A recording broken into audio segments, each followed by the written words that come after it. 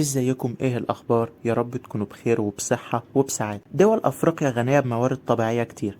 65% من اراضيها تنفع للزراعة. اراضي افريقيا يقدر يتزرع فيها حاجات زي الزيتون السوداني، الخضروات والفواكه بانواعها.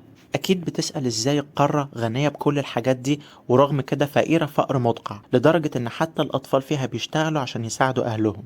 لسه في بلاد في أفريقيا بدائية ومنتشر فيها الأمراض زي مثلا مرض البلهارسيا، ومنتشر عندهم حروب ومجاعات، لأن زمان الأوروبيين كانوا بيحتلوها عشان يسرقوا منها أي حاجة: خشب، لحمة، خضروات، فواكه. فتلاقي دول كتيرة أفريقية بتتكلم إنجليزي وفرنساوي. الأوروبيين كان معاهم أحدث الأسلحة، لكن أغلب سكان أفريقيا كانوا مسالمين، والغير مسلم منهم ما كانش معاه غير أسلحة بدائية، فما كانوش بيقدروا يحموا نفسهم من الهجمات المستمرة. بعد كده حكمت أفريقيا نخب سياسية مش ذكية بالشكل الكافي، والأسوأ إنها مع الوقت اتحولت لنخب فاسدة. وبعد كده أوروبا بقت بتسرق موارد أفريقيا بطريقة متخفية. إزاي؟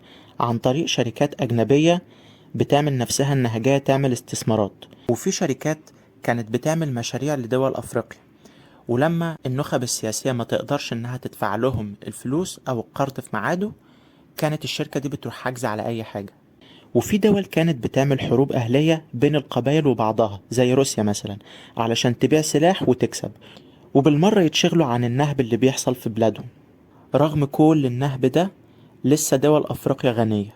في دول أفريقية اتحررت من الاستعمار وبقت بتستغل مواردها كويس، وبقت متطورة كمان، زي جنوب أفريقيا، نيجيريا وغيرهم.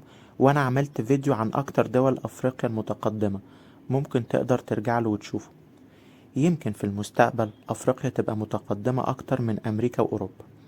شكرا جدا وأشوفكم على خير الحلقة الجاية. كل الصحة، كل السعادة، السلام.